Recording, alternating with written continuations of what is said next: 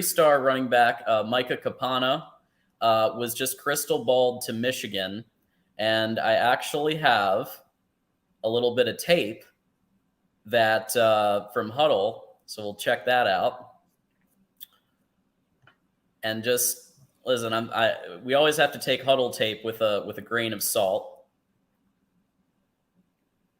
but just in terms of some of what he can do, there he is. He's running past everybody. Kind of reminds me of not just Blake, but even Mike Hart himself. Very helpful drawings, too, to show where he is. But what I noticed here that I think was kind of cool, like I think his talent, and just in my view, is beyond a 3-star talent based on some of what we've seen on film here. And this is Antoine's point. He always says, like, don't just look at star rating. Actually watch the tape. Because even though you have to keep in mind it's high school defenders, there are some signs here with the burst of speed, and he kind of hits an extra gear when he gets to about the 15 or 10 yard line. He gets close to the end zone. He look at that, just boom.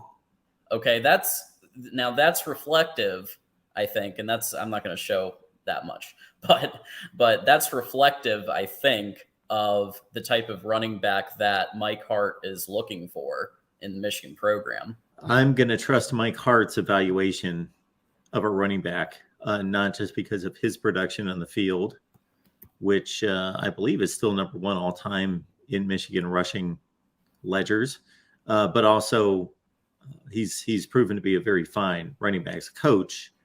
And now that he has a bit of a standard in the backfield in Donovan Edwards and Blake Corum,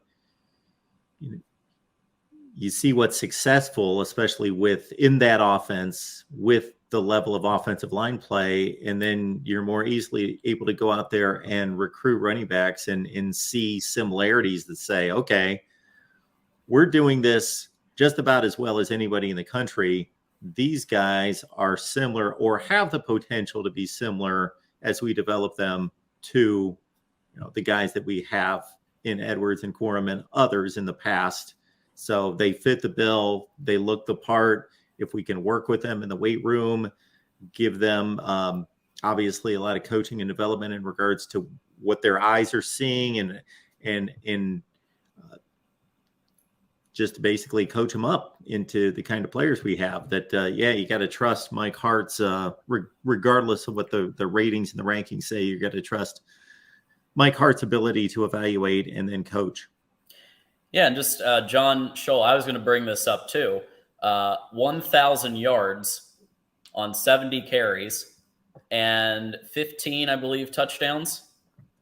So this guy has the stats to back it up, for sure. So 15 touchdowns, 192 receiving yards as well. So he can also, he doesn't just run the ball. He also can act as a receiver if need be and catch the ball too. Right.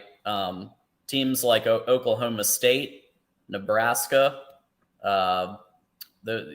let's see who else. Yeah, Nebraska, Oklahoma State, Washington State, Arizona State, BYU. How about Utah? I think they've been pretty good team lately. Mark, Utah, pretty good. A couple of consecutive Rose Bowls, Pac-12 championships. Ed Rogers in the chat is looking for rankings on Kaapana. So we see 247 Sports 71st rated running back. The composite, some of the other services obviously like him better at this point. 56th, top 3 to 4 in the state of Nevada. So those numbers aren't going to blow anyone away, considering what Michigan is accustomed to and used to. But again, I wouldn't get too wrapped up in those. And I would also consider that, as mentioned with Waffle, there will be 2 other rankings adjustments made before we get to the finish line. Yeah, John Schultz points out he plays for Bishop Gorman in Vegas, which plays a national schedule. So, so some of the questions in chat were, well, maybe he ran 1,000 yards on Turnstile type opponents. Not well, apparently not. Like Bishop Gorman's pretty legit. Yes. Yeah, powerhouse in Vegas. So yeah, watch this space. The other thing that was brought up, and I had this in my outline, but I didn't have it on the thing. But Jason brings up Taylor Tatum, and we've talked about Taylor Tatum in the past, the number one running back. The question, of course, becomes, will he stay fully committed if they go after this guy?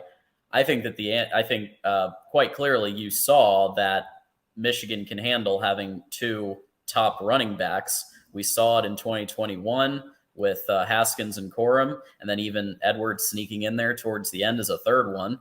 Then in 2022, you have Edwards and Corum. So I think that Taylor Tatum could probably be able to handle having the competition for RB1, and both of them would probably get plenty of carries. Since the turn of the century, and actually most of these are more in the last 10 to 15 years, Bishop Gorman has produced 2, 4, 6, 8, 10 NFL players.